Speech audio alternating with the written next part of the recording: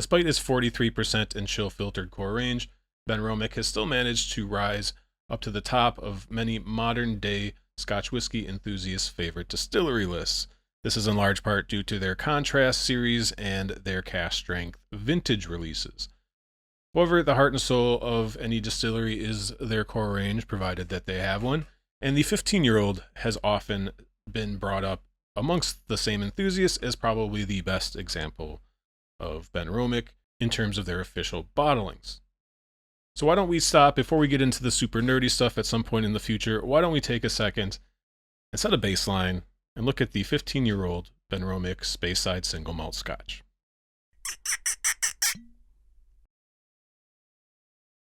Hello everyone and welcome to Whiskey Uncorked. My name is Brian. We are back with another Scotch whiskey review today, and we are kind of through that deluge of new releases, or at least new to me releases, special releases to kind of kick off the year.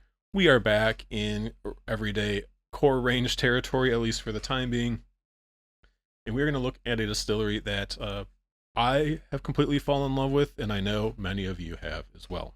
This is the first Benromach I have reviewed here at Whiskey Uncorked, and I figured it was appropriate before we talk about any of the cask strength releases, the single casks, the Contrast series, anything like that, just to kind of get that initial discussion and my feelings about Benromach out of the way, which are generally positive, although I do have some complaints, very recent complaints, at least about this particular bottling.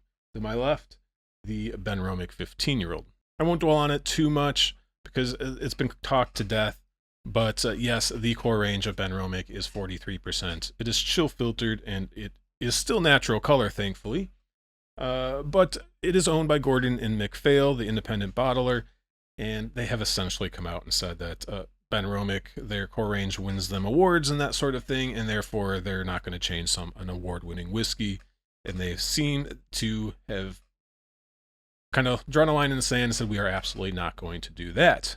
However, they've done something that I think many of us wish other distilleries would do, and that is they've completely placated the whiskey geek, the nerdiest of us all, with their Contrast series in particular.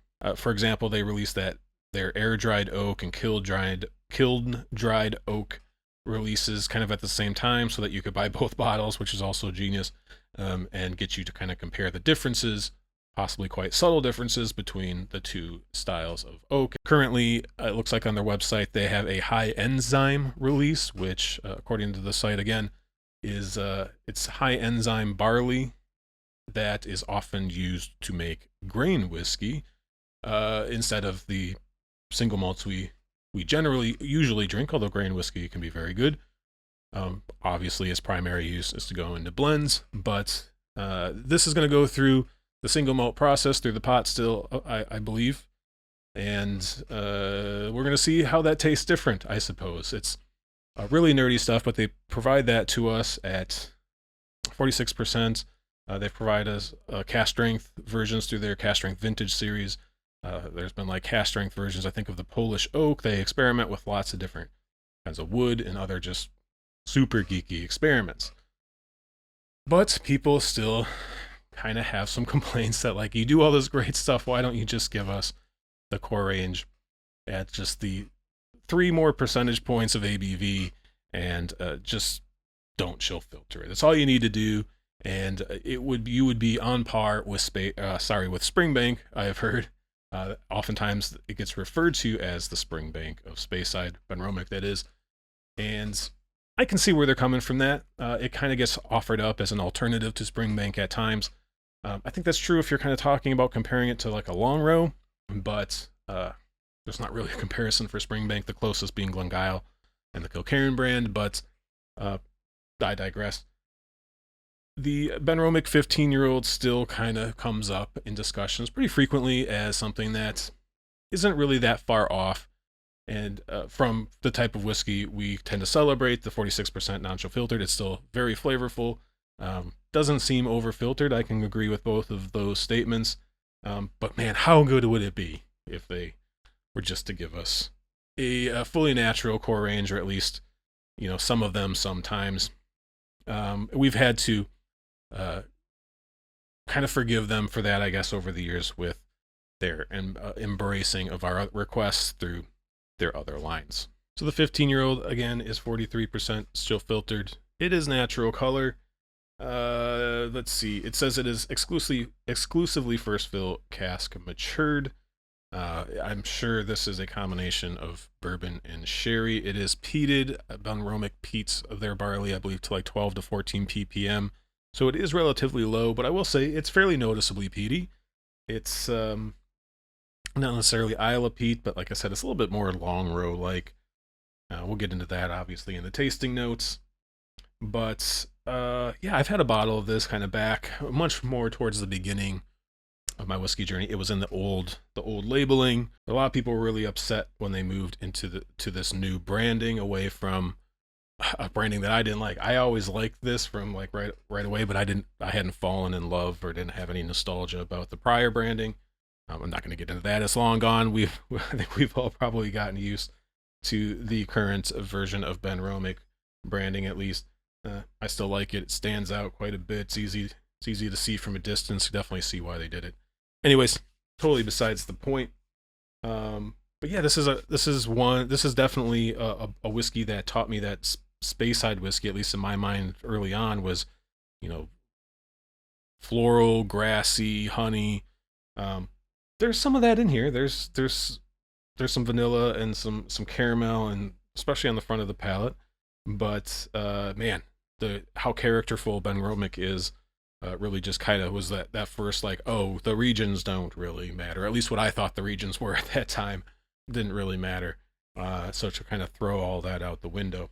Pricing. This is now an 80-pound bottle in the UK, according to Benromach's website. And it is starting to appear in the US at $100 plus tax. For example, by me, K&L still has this available for $75. They actually say they still have the old branding as well. That's $80. Roll the dice on whether you actually get the old branding or not, I suppose. But yeah, that's a massive price increase. When I picked this up at Total Wine, I saw it was $100. I was like, man, I don't remember it being that expensive, but I was there. I was kind of on my way doing stuff. So I just grabbed one. I said, I want to do a review on this one. Finally, I've been wanting to pick up a bottle for a long time. And then later checked K&L. Like, I wonder what K&L does sell this for. And sure enough, it is still available for $75, which is a $25 difference if you are a math genius like me. And that's a lot. That's a 33% increase, I believe. Again, my math skills are I was joking. I'm good at a lot of school subjects, but math was not one of them. So yeah, 33% price increase, it seems like. And Total Wine's not normally known for gouging. I did check Binny's as kind of the other place I kind of look at for a different regional area. Big box store as well. This is also $100 plus tax there as well. So if you already know you love Benromach 15 and you're in the US, check your local spots, because it seems like probably the next shipment they get is going to be $100 plus tax. And given that this is now 80 pounds in the UK, that lines up pretty well, plus a small premium for getting the bottle over to the US. This is a distiller, or this is Gordon and MacPhail's decision. This isn't distributor shenanigans. And it's really unfortunate because this is a $75 bottle of whiskey. But yeah, before I get into that rant, why don't we do the nosing and tasting notes? We'll give it a score.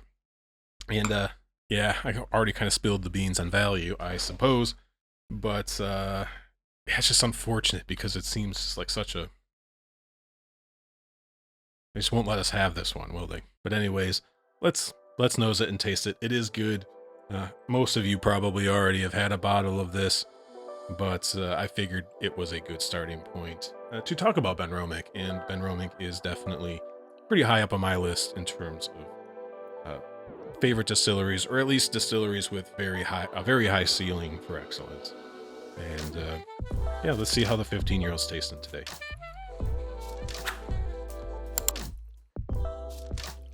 So it is pretty clearly peated. It's a Speyside peat. It's smokier than I expected, especially for a fairly low ppm and being 43%. I didn't expect it to not quite be Isla, as I mentioned. Long Row is a little bit more akin, or a little bit more a closer cousin, I suppose. I don't think you'd mistake it for an Isla. You'd definitely notice something was up if it was in a blind. But it does tend to be more on that industrial side for me. And I want to say industrial, I tend to mean like some hot asphalt, car exhaust, hot oil, that sort of, cause kind of heavy, hot tires in the summer, that sort of thing. One other note that I think is pretty apt here is creosote. If you don't know what creosote is, it's your grill grate in the summer after you've grilled a bunch of meat and you get the black kind of char stuck to the grate. That's how it was described to me. Seems to be a pretty apt example of that. But I think there's quite a bit of that in here.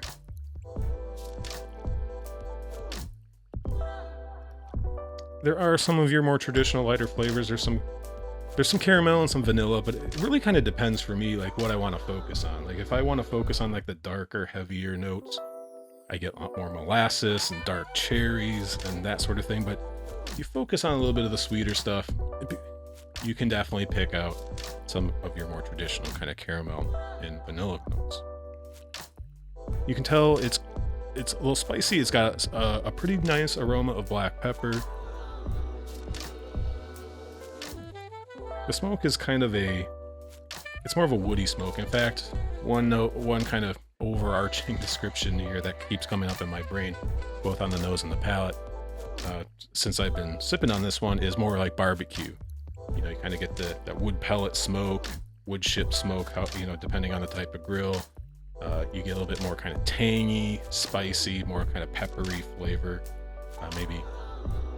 In barbecue rubs, I use just about everything.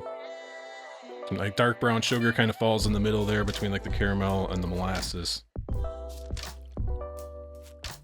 But yeah, this would go super well with some smoked brisket or something like that. Yeah, fruit was very dark. Again, there's absolutely some sherry casks in here. I'm not sure of the percentage, how that's split up. But yeah, I'm not going to take a super long time. Again, I guess this is probably pretty familiar for most of you if you are still watching this. But yeah, I really like the nose on this. It's definitely one of those noses where it's fun to nose. I don't necessarily like love how it smells, and I just want to sit here and bury my nose in the glass for 2 hours. But it's a really interesting smell because it's a lot of stuff that you wouldn't normally eat or drink. But it's also kind of growing up in Wisconsin. It definitely has a bit of a nostalgia quality to it. In the summers get pretty hot there. A lot of road work happening in the summer, so you get that hot asphalt. You get kind of the burning leaves in the autumn. Lots of barbecues happening in the summer. If you're not doing it yourself, and the smell, it just has a lot of summer smells, but also would go great in the fall when things start to get a bit of a chill in the air. So let's give it a taste. Let's see if the palate is as good as I remember, and we'll give this thing a score. Cheers. I'm always surprised by how much vanilla and caramel are kind of on the front of the palate as you're chewing on it, because it's not a jarring transition. It's not a problem. There is a little bit of pepperiness, and you kind of get some of the peats coming out in that thing. So it's not just this jarring transition, but I forget that there is some space side type qualities still in here, but things really pick up once you swallow. Peat kicks in. Again, it's kind of a woody smoke, peppery, tangy, sweet. There's a really nice ribbon, it's the best way for me to kind of describe it, of caramel that really follows this flavor journey all the way through.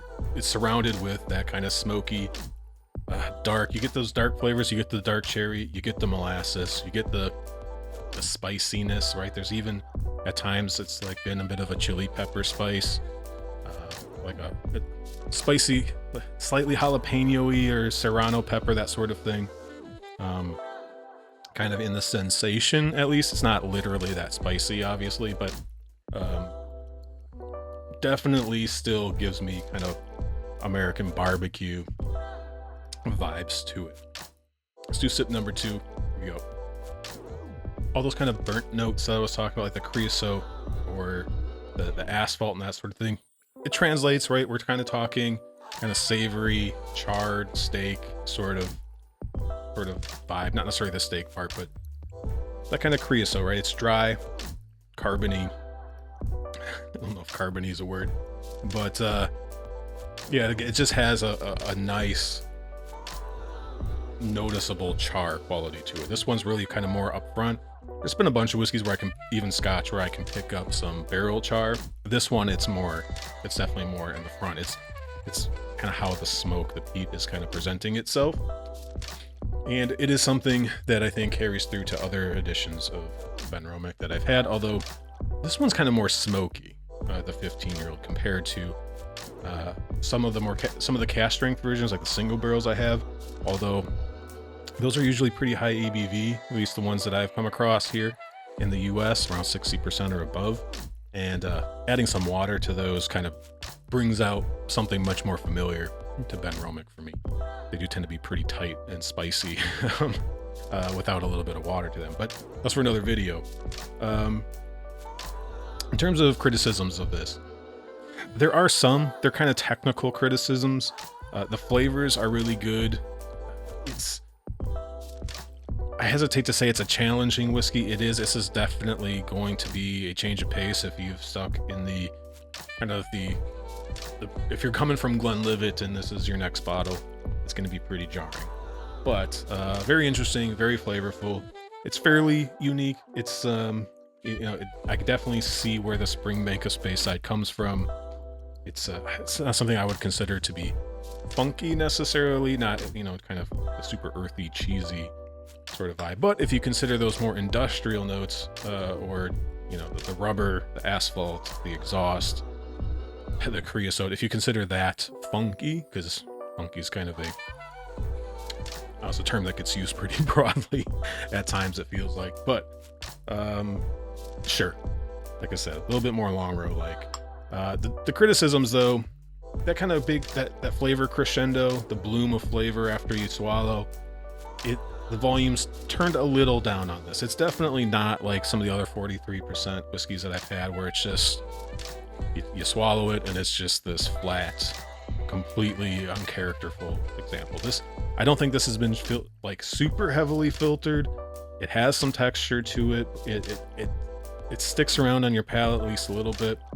But yeah, where you notice it is it kind of feels like you just don't quite get, like the volume is just kind of cut off at like an 8 out of 10, where the really good, even like 10, 12-year-old naturally presented whiskeys that are not chill filtered, those can all hit 10 if you're kind of using a relative scale, let's say. This is kind of in the 7 to 8 range. Probably not super noticeable unless you're really looking for a reason to criticize it. I definitely feel like this is something that you could put into a flight of 46% non-chill filtered whiskeys. You probably wouldn't have any glaring reason as to why this wouldn't fit in with those. The finish is a bit shorter on this as well, which is also possibly a result of the filtration and the lower ABV. It's kind of on the shorter side of medium. Again, it's what I consider a lingerer. It kind of the main flavors that you're tasting die off pretty fast, but you can still taste it pretty. There's certain things that hang around. Some of that oak, the oakiness hangs around. The black pepper. Sometimes the caramel sticks around a little bit longer. It doesn't completely just disappear immediately. But I kind of pulled out some Kilchoman Snag, which is much younger, 46%, non-chill filtered, obviously, and it just held the main experience for just so much longer than this could. So, in terms of like a score, I'm trying to be a little bit more judicious, as I mentioned pretty much probably every video I put out, but yeah, I'm gonna give this one another 6 out of 10.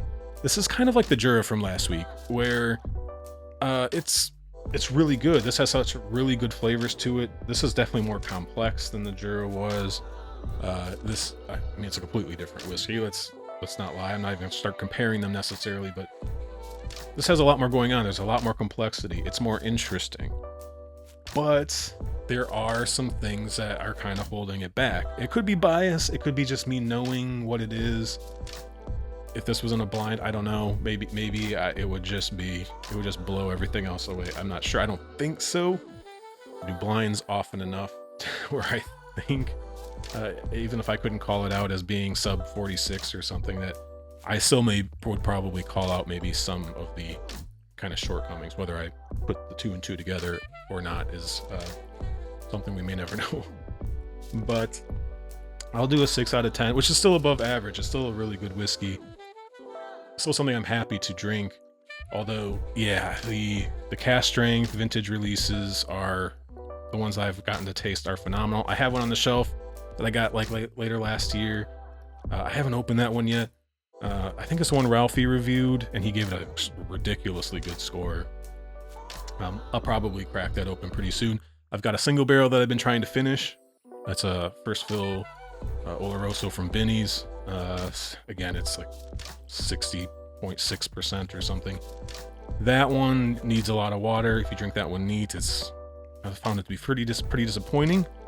But if you put a good splash of water in it, it turns much more what I consider like kind of Benromach's character to be. It opens up tremendously.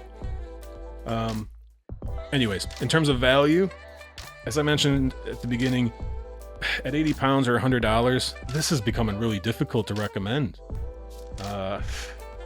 Because like how many, you're just starting to stack things up, right? It's like, okay, 43% to 46%, I don't necessarily care about that, right? 3%, whatever. It's not going to be super perceptible anyways.